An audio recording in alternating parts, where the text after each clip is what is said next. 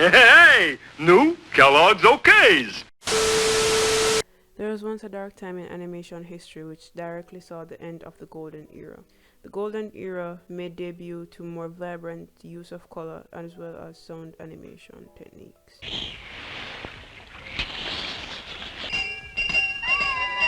Good morning. Good morning. The golden era comprised of shows such as Snow White and the Seven Dwarfs and Popeye the Sailor Man. The dark era was quite the contrast to its predecessor. Between the 1960s and the late 1980s, American animation saw a rapid decline in its quality of animation. This was due to the introduction of televisions. Color TV. In our home there's color now. Wow! We own color TV. Wow! We'll see all the color shows now. Cartoons were now made for children. With the introduction of televisions into homes, people didn't really feel the need to go to theaters to get their supply of film content. It was now in their home. This led to the mass production of low-quality cartoons. This was a result of limited animation or animation shortcuts. Many people that grew up in that era did not recall the cartoons being that terrible. In this video, I'll be using these cartoons as case studies to explain what characterized the dark era as such. Meet George Jetson. Free. And for a limited time, you can pick your favorite Jetsons outer space toy. Pick George and Jane's Space Sphere. The Yogi Bear Show, the Flintstones, and the Jetsons were part of one of the biggest animation studios that produced most of the dark era cartoons, Hanna-Barbera. With these three, they shared common characteristics: limited animation. The characters' heads moved more than their bodies. Another thing that I noticed was how the mouths of the characters from all three films didn't sync properly with the words being said. Get it? When we first got married, you could punch out a breakfast like Mother used to make. Now you're all thumbs. It's this antique monster. No. They used a lot of close shots, which was a way to save time on drawing bodies and backgrounds. With myself, I'm smarter than the average bear. And the final thing was, the backgrounds were very simplistic and barely moved when they needed to. This was a prime example of limited animation, which defined most of the cartoons of this era. When you're with the Flintstones, have a yabba dabba do time, a dabba do time, we'll have a gay old time. Those were Hanna-Barbera films. Now I'll be focusing on another popular cartoon from this era, She-Ra, Princess of Power. She-Ra? Oh no! Maybe you better put this fellow where he won't get into any more trouble.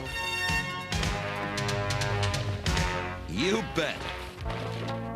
I'll have a few Princess of Power. She-Ra doll Princess of Power comes with everything you see here. Swiftman horse sold separately. New for...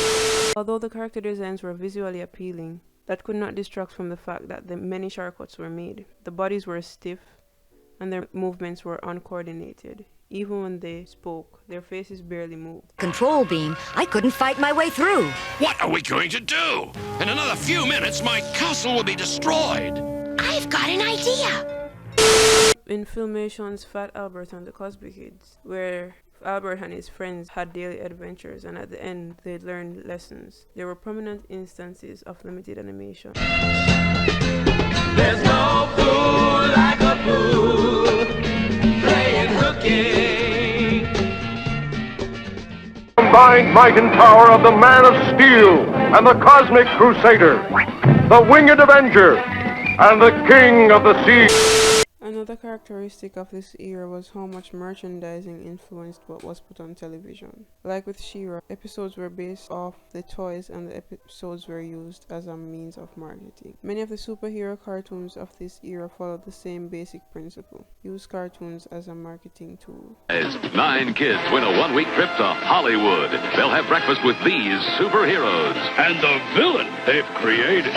As a result of this corporate greed, animators were forced to make shortcuts and consequently make bad animation. They sure work hard, don't they, honey? Yeah? I hate to see them work so hard. Yeah, me too. Let's go around back where we can't see them. Gee, we ought to do something, Fred. Okay. How's about taking a nap? I got a better idea. Let's take a Winston break. That's it. Winston is the one filter cigarette that delivers flavor 20 times a pack. Winston's got that filter blend. Yeah, Fred. Despite the greedy toy makers and the hilariously bad animation, the dark era holds a special place in the hearts of the generation that grew up on it. We could argue about the faults of this era, but we cannot deny the fact that it did make us laugh, and it paved the way for better.